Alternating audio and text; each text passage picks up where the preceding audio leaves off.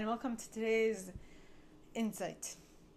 All right, I'm filming this on Sunday, okay, but I absolutely had to share it because I've had like this feeling, this sense that there is someone in and around my energy who is jealous of me, okay, and who wants my end result or my current result. But the only thing is, I don't think they understand that my current result is the result of all the hardships that I had to experience in my life. And so I'm pretty sure, if you haven't, well, listen to it, but there's this song that the Pussycat Dolls sing. It's called "Be Careful What You Wish For Because You Just Might Get It." Okay, I think this person wants my happiness, my bubbliness, my upbeat personality, the fact how I can attract people or something. Like, I don't know what she's jealous of, to be quite honest with you. I don't know. Or it might just be the fact that I'm always happy, which is due to the fact that I was bullied, picked on, teased. Like, what I mean to say is, if you want my current result, you need to go. What I want you to understand is, if you want someone's current result, okay, what they are currently living, that means that before you get that current result that they are currently living in, you need to go through all the hardship that led to that. Okay? So if you're not ready to live through all that hardship, don't ask for the current end result that they are going through. Because like the song says, be careful what you wish for because you just might get it. And it is not fun. Let me tell you, having gone through all that difficulty in my life, having experienced all those hardships, all those picking on, teasing, everything, being hit by a car, being okay, I'm gonna tell you all this stuff because I need to say all this stuff. When I was a child, I was convinced that I was God sent, right? I knew something, that I was here to teach. I knew that. But the difficult thing is that I knew that, but I had nothing to back up my belief. So I just went on preaching, thinking that everyone would just follow me. But no one followed me. Everyone actually made fun of me. They picked on me. They bullied me. They teased me. They tried to shut me up, make me feel like shit, because that's the only way they would shut me up. And that's how they stopped me from talking, right? But then, when I was hit by a car, all right, and I had to actually pick myself back up and do all the work necessary to become normal again, and I actually got to that point, now I actually have something to talk about, to teach, to be like, yeah, I went through that, and this is how you can get through your hardships as well. So now I actually have the stuff to back it up. So what I knew as a child, I now know as an adult. Like, not just I kind of know, but I actually know. So I actually have things to teach. But what I ultimately want to get to is to allow those people to understand that if you want this, you need to go through that. Meaning, being a little shithead when you were a child, being picked on, bullied, teased by others because you were a shithead, being picked on, not being shunned, and kind of like, you're weird in high school, because I kind of was. Having gone through like college, being like, okay, but then in the middle of it, being hit by a car, and like having to go through all of the learning and all of the rehabilitation, all of it, and getting better, and then continuing living a life. Not only that, but finishing college, getting your bachelor's degree, and doing all that while being able to interact with people and be okay, or learning how to be okay after being hit by a car, because, of course, once you get hit by a car, things shift and you have to change in accordance to things that shifted, right? So if you're not ready to do all of that work that I just described, don't be jealous, because that is not easy. So if you want this, be ready to go through that. All right? I'm just saying.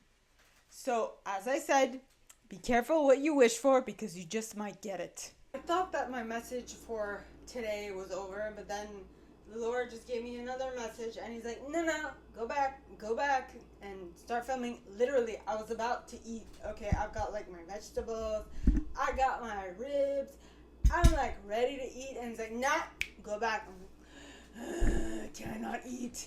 And that was just my musing. So, if you want to understand, I feel like, and I haven't put on like the lighting, so it's different, so it's my apologies, but I feel like the reason why I was able to manifest my wanted objective to arrive at my desired reality is because I did not stop. Okay?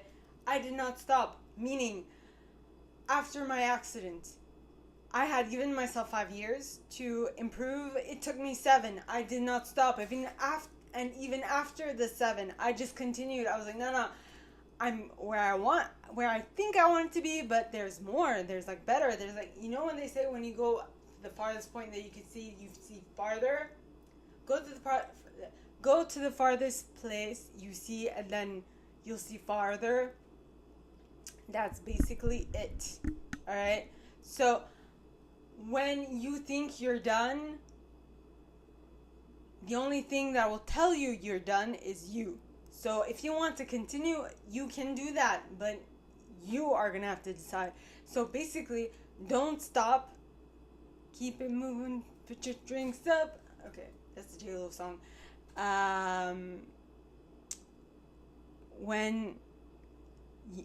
Basically,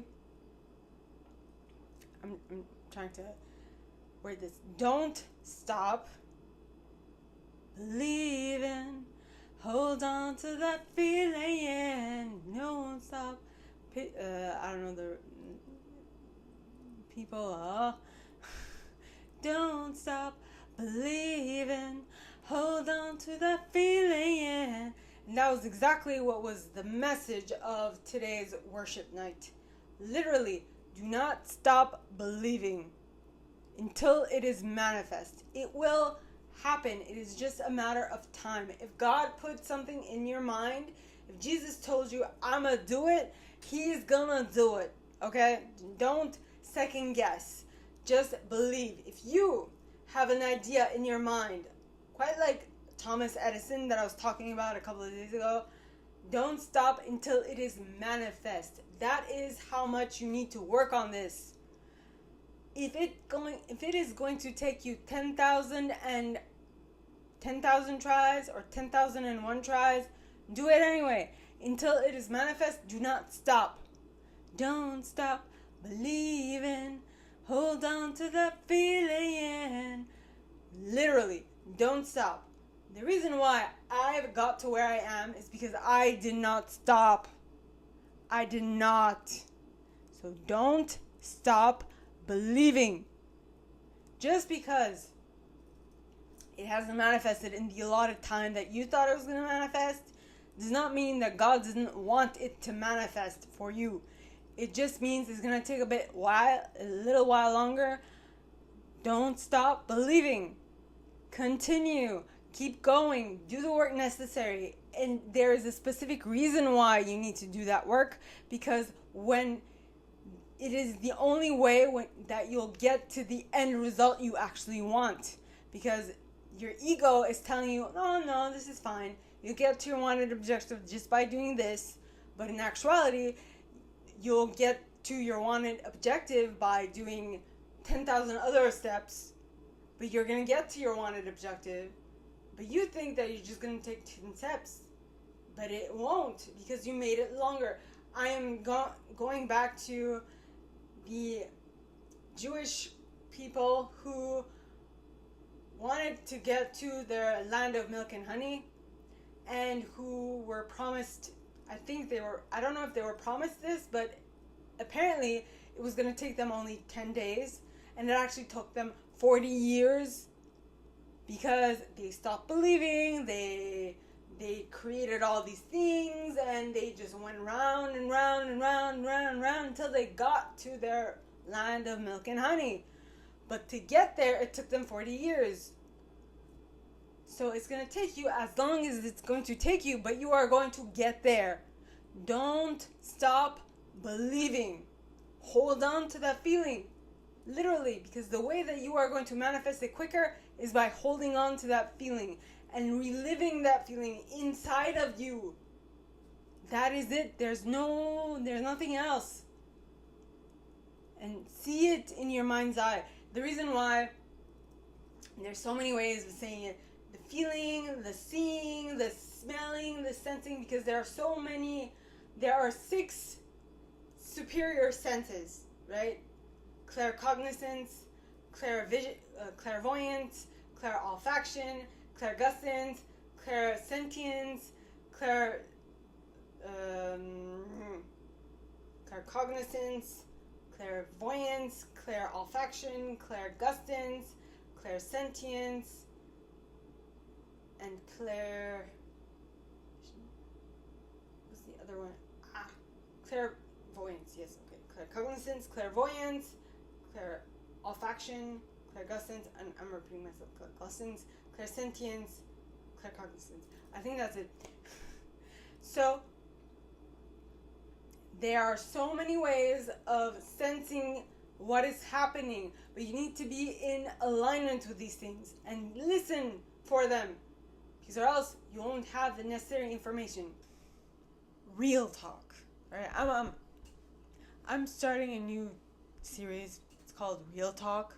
I don't know when I'm going to do it, but at some point these things are going to come out, because I was told last week that if I make things seem too perfect, seem too goody two shoes wise, then I might lose people because they think I'm not real. Well, I'm gonna tell you what, okay?